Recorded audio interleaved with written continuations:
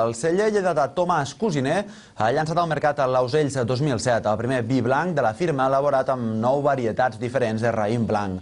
Aquest celler, inscrit a la denominació d'origen Costes del Segre, ha elaborat 14.600 ampolles del nou vi i totes ja han estat comercialitzades. Aquest nou llançament se suma als vins en negre, geol i vilosell que la firma elabora des de l'any 2003.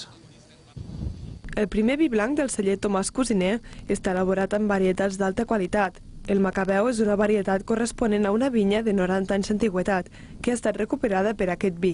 Totes les varietats que el formen han estat fermentades per separat, la qual cosa els permet conèixer els comportaments de cadascun de les varietats i treure el màxim de rendiment.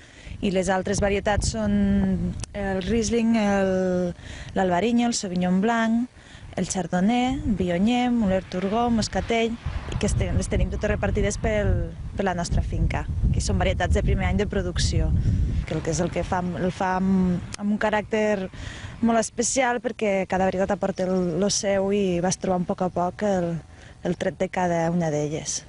A més, els vins de Tomàs Cusiner fan una part de la fermentació en botes de fusta de roure francès. El nou vi blanc s'ha estrenat amb 14.600 ampolles i ja s'han comercialitzat totes, la majoria a Anglaterra, Bèlgica, Alemanya, Dinamarca i Suècia. Aquest nou producte se suma als vins negres de vilosell i geol, que el 2006 van tenir una producció de 160.000 i 35.000 botelles respectivament.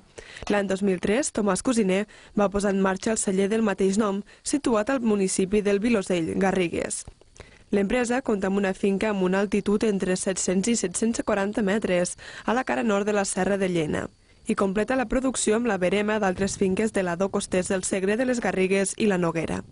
Tot i que en aquests moments la producció pròpia i la dels productors externs és més o menys el 50%, la tendència del celler és augmentar les hectàrees de producció pròpia.